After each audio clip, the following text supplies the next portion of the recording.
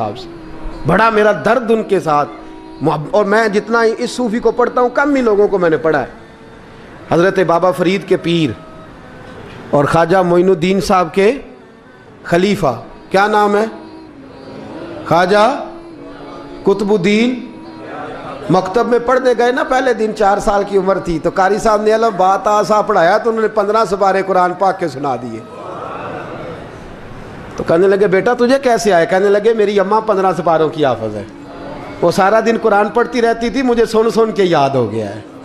جے بالاں نوں گالاں یاد ہو سکدیاں نے تے قرآن پاک بھی یاد. اللہ خیر کرے, شرط یہ ہے کہ ہم گھر میں قرآن پڑھیں, بچوں کو سن کے بھی یاد ہو ہی جاتا ہے. خواجہ قطب الدین اتنا عروج پایا اس شیخ کامل نے کہ وقت کا بادشاہ بھی مرید ہو گیا.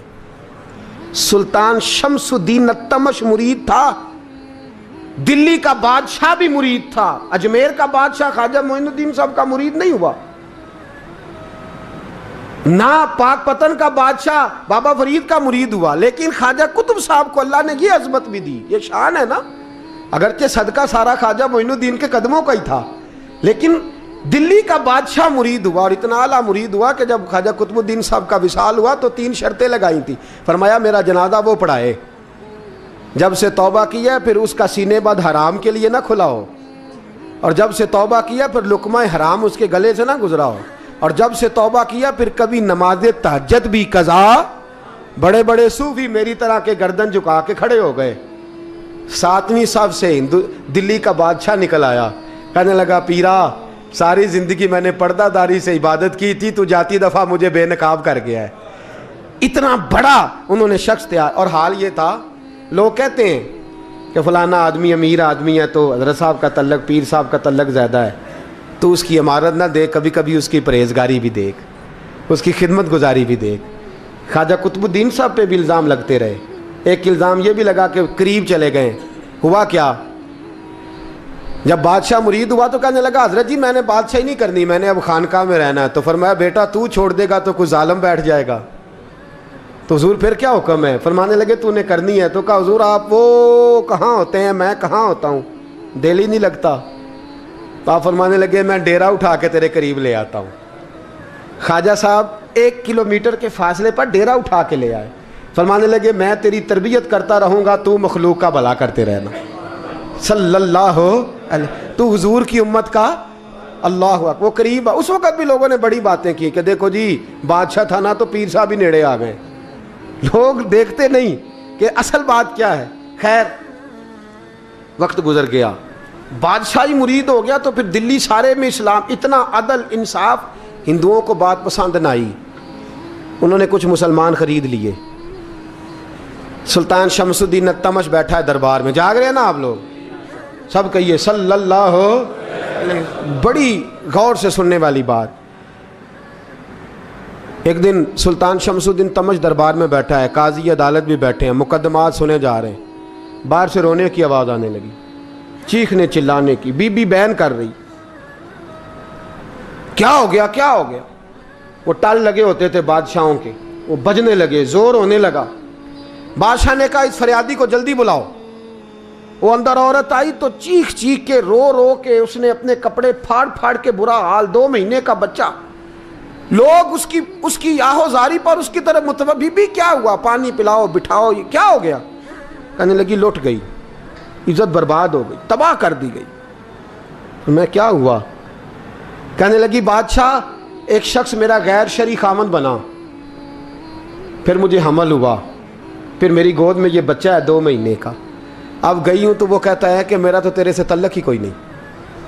بادشاہ کہنے لگے یہ سلطان شمس الدین تمش کی جگہ ہے, اور میں نے رسول اللہ صلی اللہ علیہ وسلم کے دین کے مطابق حکومت استوار کی ہے. کون ہے جو تیرے ساتھ؟ ابھی گردن نہ کاٹ دوں گا, بات کر کون ہے. کہنے لگی تو کچھ بھی نہیں کرے گا, کوئی کچھ نہیں کر سکتا. لوگ کلمے چھوڑ کے بیٹھ گئے, توجہ ادھر ہو گئی. پراپوگنڈے بڑا اثر کرتے ہیں معاشرے پہ. رنگ ایسا عجیب ہے, انداز ایسا عجیب ہے. فرمایا بات تو کر. اس عورت کی آواز گونجی تو حالات ہی خراب ہو گئے.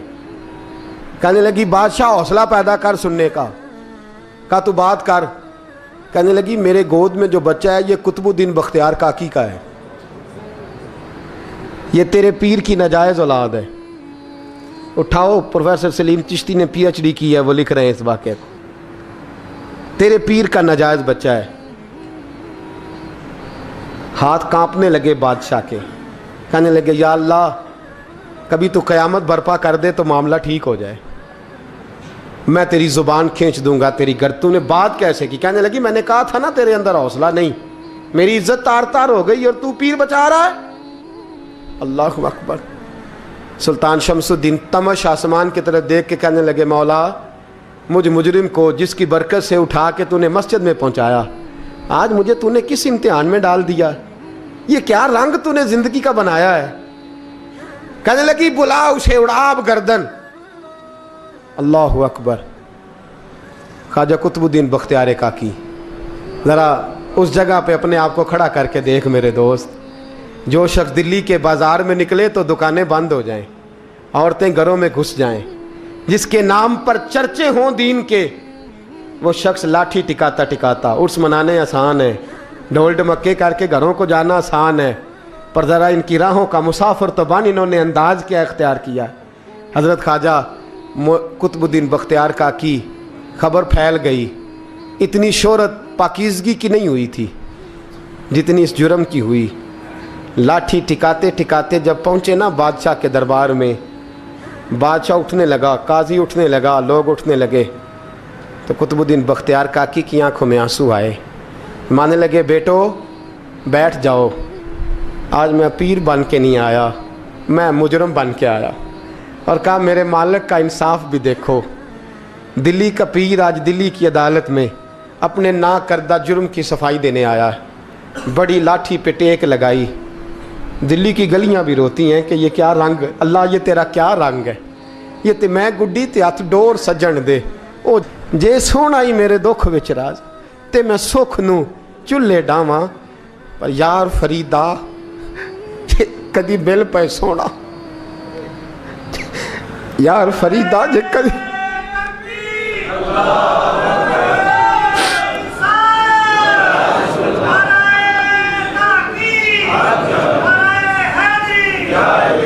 یہ کدی مل پہ سونا, بس انہوں رو رو حال سناواں.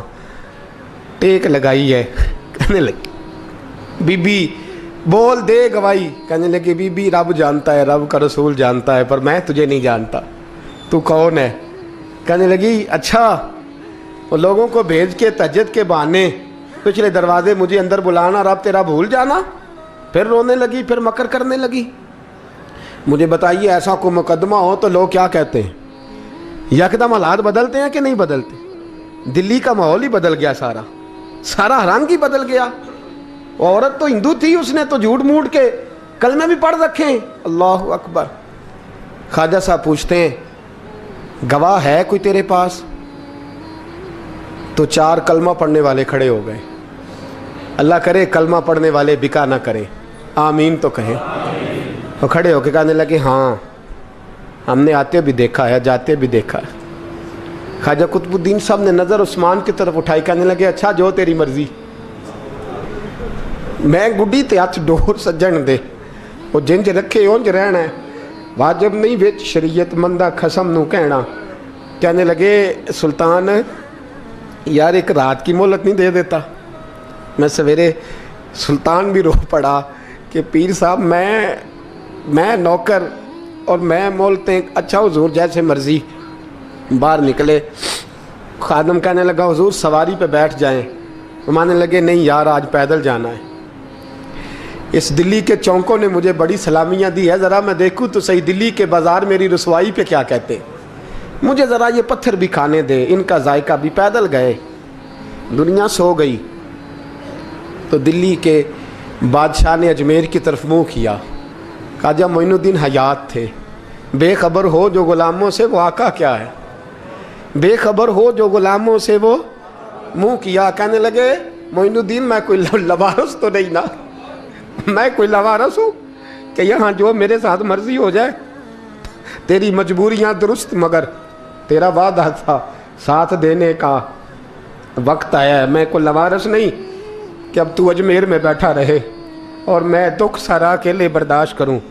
بڑھاپے کا مجھے بھی پتہ ہے. کمزوری کا مجھے بھی پتہ ہے, ذوف کا مجھے بھی پتہ ہے, پر تتی تھوڑے تھکڑے خاندڑیاں, میں بھی تو تیرے نام تو مفت بھی خاندڑیاں, مجھے بھی تو پتہ ہے نا, منم غلام علی حیدریم قادریم تمز احمد رضا خامی زنم, میں نے بھی تو اپنا نام نہیں نا جپا, تیرا ہی جپا ہے ساری زندگی. یہ لفظ کہے, کہتے میں رویا, آنکھ لگی تو حضرت خواجہ معین الدین صاحب خواب میں ملے, کہنے لگے قطب الدین میرا انتظار کرنا, میں پہنچ رہا ہوں, میرا انتظار کرنا, میرا انتظار. کیا کہا میاں صاحب نے؟ کہتے ہیں مالی دا کم پانی دینا, پھل کچے ہون یا پکے, اے پیر مرید دے سر تے ہی رہندا ہے, جھوٹے ہون یا سچے. میں آیا, فکر نہ کرنا. حضرت سویرے اٹھے, پھر گئے عدالت, پھر کہا نہ بھائی پروٹوکول, مجرموں کا پروٹوکول نہیں ہوتا, میں اکیلا جاؤں گا. جس کے آگے پیچھے نعرے ہوتے تنے تنہا, 2-4 منٹ زیادہ لے لوں آج آپ حضرات. کہتے میں پہنچا عدالت, اور جا کے جب کہا نا کہ ہاں جی حضور بتائیے, گواہ بھی خلاف ہے, مقدمہ بولیں, تو کہنے لگے مجھے میرے شیخ نے حکم دیا ہے کہ میرا انتظار کرنا. پھر وہ جو باتیں کرنے والے تھے کہنے لگے جی کون گیا تھا اجمیر, کون آیا ہے وہاں سے, ہمیں روحانی باتیں نہ بتائی جائیں, یہاں سے تو ایک دن میں پہنچا نہیں جا سکتا, ٹرین بھی 36 گھنٹے لیتی ہے دلی سے جانے میں. تو کہا یہ کیسے ہو سکتا ہے, کوئی رات کو رات آپ کو خبر ہو گئی, آپ کیس کو لمبا نہ کریں, بادشاہ مرید ہے, لگتا ہے کہ یہ راتوں رات بھگا دے گا پیر کو. اتنی باتیں خواجہ صاحب نے سنی. جب بے گناہ آدمی کو یہ باتیں سننی پڑتی ہیں پھر دل بڑا ٹوٹتا ہے, پھر بڑی تکلیف ہوتی ہے. حضرت کہنے لگے یارو تمہاری مرضی. شمس الدین تمش کی آواز گونجی, فرمایا جیسے انہوں نے کہا ویسے کیا جائے گا. 3 دن کے لیے عدالت برخاست کر دی جاتی ہے. چیم گوئیاں ہونے لگی, پھبتیاں کسی جانے لگی. تیسرے دن شام کا وعدہ تھا, چوتھے دن عدالت جانا تھا. قطب الدین بختیار کاکی کے پاس لوگ آ کے افسوس کرتے تو آپ بولتے نہیں. یہاں تو لوگ صفائیاں دیتے بولتے نہیں. فرماتے یار میں گڈی تے ہاتھ ڈور سجن دے, وہ جینج رکھے, میں اونج ہی رہنا ہے, جیسے اس کی مرضی ویسے. جیڑیاں گڈیاں آپ پہ اڈیاں ہو نہ چڑھن اونچائیاں, وہی گڈیاں اونچیاں اڈیاں جڑیاں سائیاں آپ چڑھائیاں. فرمایا ٹھیک ہے جیسے وہ رکھے, میں راضی ہوں. اللہ اکبر. تیسرے دن کی مغرب کا وعدہ تھا. جب مغرب کا سورج ڈوب گیا نا, بڑے قافلے اجمیر سے آئے پر معین الدین نہ آیا. وعدہ کیا تھا یار نے, آؤں گا دن ڈھلے. وہ خواجہ غلام فرید صاحب رحمۃ اللہ تعالیٰ علیہ فرمایا کرتے تھے نا, کوا کھانے لگا آنکھیں تو کہنے لگے کاغا اے تن سارا ہی کھائیو, میرا چن چن کھائیو ماس, میرے 2 نین نہ کھائیو, مینو پیا ملن دی آس. نے کہا سارا کھا جا, آنکھیں چھوڑ دے. اس نے کہا تھا میں آؤں گا, انتظار لمبا ہو گیا ہے پر میری امید تو نہیں نہ ٹوٹی. مغرب کی اذان ہوئی تو لوگ کہنے لگے لو جی اب بس ہو گئی. خواجہ قطب الدین صاحب نے اللہ اکبر کہہ کے مغرب کی جماعت جب میدان میں کھڑی کی تو اپنی بھی چیخ نکل گئی, آئے نہیں. لیکن جب نماز کا سلام پھیرا تو خواجہ معین الدین صاحب کی 2 رکعتیں ابھی باقی تھیں. خواجہ صاحب پیچھے نماز پڑھ رہے ہیں, سلام پھیرا, اور نماز کے بعد جب اٹھے نا تو خواجہ صاحب کے سینے کے سینہ لگا. تو کہا حضرت جی میں شہزادہ تھا, آپ نے کہا تھا خشک روٹی کھانا تو میں نے خشک کی کھائی ہے, آپ نے کہا تھا فاقے کرنا تو میں نے کیے ہیں, آپ نے کہا وطن واپس نہیں جانا تو میں نہیں گیا. حضور اس امتحان کا آپ نے بتایا ہی نہیں تھا, یہ مجھے بتا جاتے اب اس سفید داڑھی سے میں جواب دیتا پھروں. خواجہ معین الدین صاحب نے جھٹکا, پیچھے ہٹ, تو زیادہ عزت والا ہے کہ یوسف زیادہ عزت والا تھا, تو زیادہ مقام والا ہے کہ عائشہ زیادہ مقام والی تھی, چپ کر, یہ کوئی صوفیاء کا طریقہ ہے, چپ کر. عرض کی حضور غلطی ہو گئی, میں پہلے نہیں رویا, تو ملا ہے تو رویا ہو, میں پہلے نہیں تڑپا, میں نے شکوا نہیں, تو ملا ہے, اپنا ہی کو ملے تو دکھ یاد آتے ہیں نا. فرمایا چپ کر, جا سلطان سے کہہ دے سویرے نماز کے بعد عدالت لگا دے. سویرے جب عدالت لگی نا تو خواجہ معین الدین صاحب بازو پکڑا خواجہ قطب صاحب کا, نکلے تو دیکھا لائنیں لگی ہیں, مجمع لگا ہے, آنکھوں میں آنسو آ گئے. کہا حضور آپ کیوں روتے ہیں؟ فرمایا میرا دل تھا لوگ میرے کتب کی شان دیکھنے آئے, یہ کتنے بدبخت ہیں, میرے کتب کی رسوائی دیکھنے آئے, کتنے نالائق ہیں.